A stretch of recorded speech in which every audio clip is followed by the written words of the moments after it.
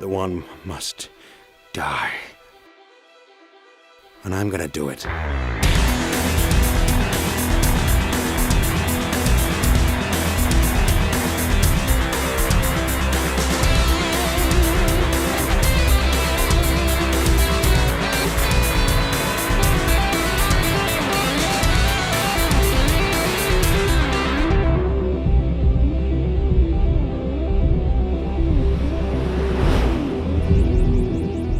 Mes amis, l'heure est au combat. Je n'ai qu'une chose à dire.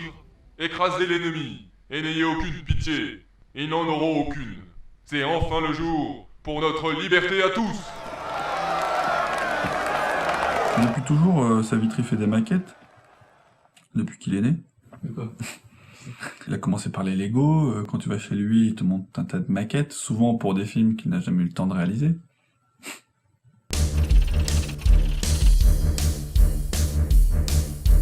Depuis toujours, je fais des petits films avec des maquettes et pas mal d'effets spéciaux. Du coup, avec Kadara, on s'était fixé l'objectif d'essayer de passer à la vitesse supérieure. On a commencé alors à prévoir à faire 2 maquettes de vaisseaux pour notre film, plus tout un tas d'éléments comme les canons. Savitri a commencé à faire la première maquette et ça lui a pris 2 mois, ce qui était dans un sens beaucoup. Donc le tournage en août a pris 7 jours et après on s'était dit que la post-production allait être faite avant que je retourne à l'école. Et on s'était dit, dans les 2 mois, on allait terminer le film. 2 mois max pour le finir. Donc j'ai fait la première maquette et ça a pris 2 mois. 2 mois pour faire la première maquette. Donc ça a bouffé tout le temps de la post-production qu'on avait prévue. Du coup, Raph a dû mettre la main à la pâte et a construit la deuxième maquette. Et ce qui tombait bien finalement, parce qu'elle a vraiment un style différent du mien. Donc la mienne était vraiment très mastoc, beaucoup plus carrée. Donc très éloignée de l'approche qu'a eu Raphaël quand il a dû réaliser la sienne.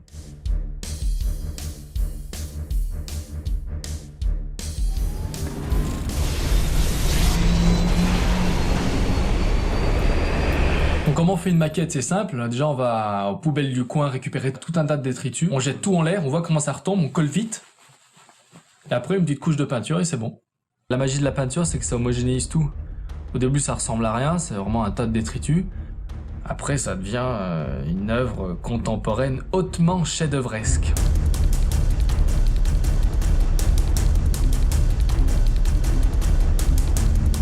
Donc lui a réalisé sa maquette à base de télé et d'écran d'ordinateur qu'on avait réussi à récupérer.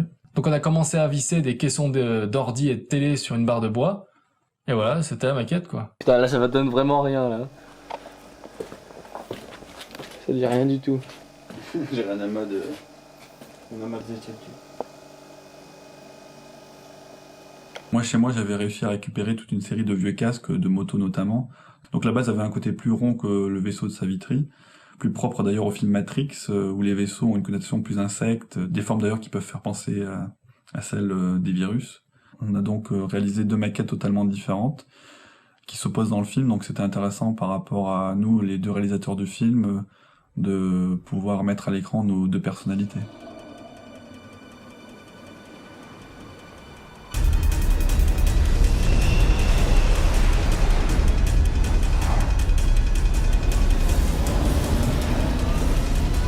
Même si la maquette est construite avec tout un tas de détritus, il y a quand même des petits éléments qu'on pouvait pas trouver dans les poubelles. Comme par exemple le cockpit, qui avait un dessin précis, que du coup j'ai dû construire en carton.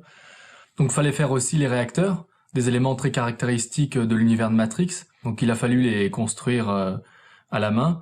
Donc j'ai créé des moules en alginate, et donc j'ai pu lancer la production en série des 2 types de réacteurs. Le problème c'était que les réacteurs étaient moulés en plâtre et qu'une fois fixés sur les maquettes, ça les a alourdis considérablement. Et du coup, lorsqu'on a voulu les bouger comme on avait prévu de le faire, c'était impossible, elles étaient trop lourdes. Et donc le tournage des maquettes était très compliqué à réaliser. Donc à un moment, on s'est même dit que pour filmer le mouvement des vaisseaux, on allait utiliser la technique de l'image par image.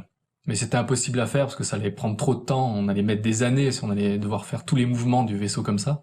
Donc on l'a quand même essayé sur un plan, mais ça nous avait pris une nuit entière, donc c'était vraiment infaisable par cette technique-là.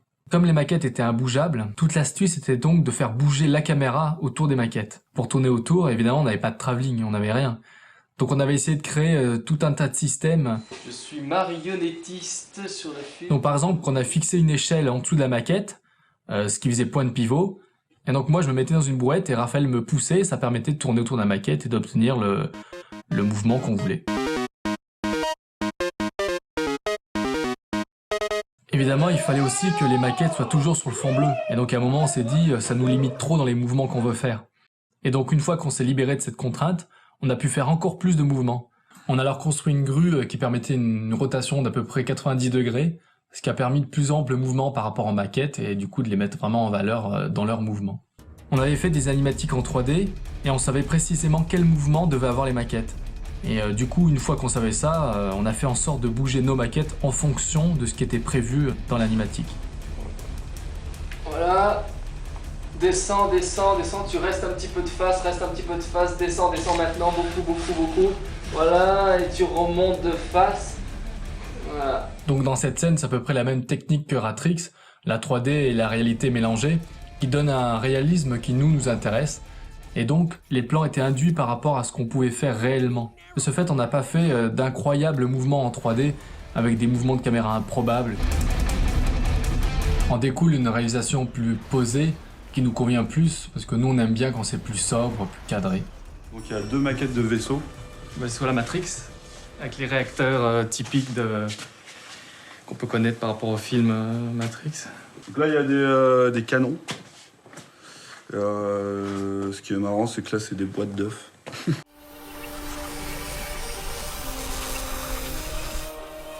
It's the one.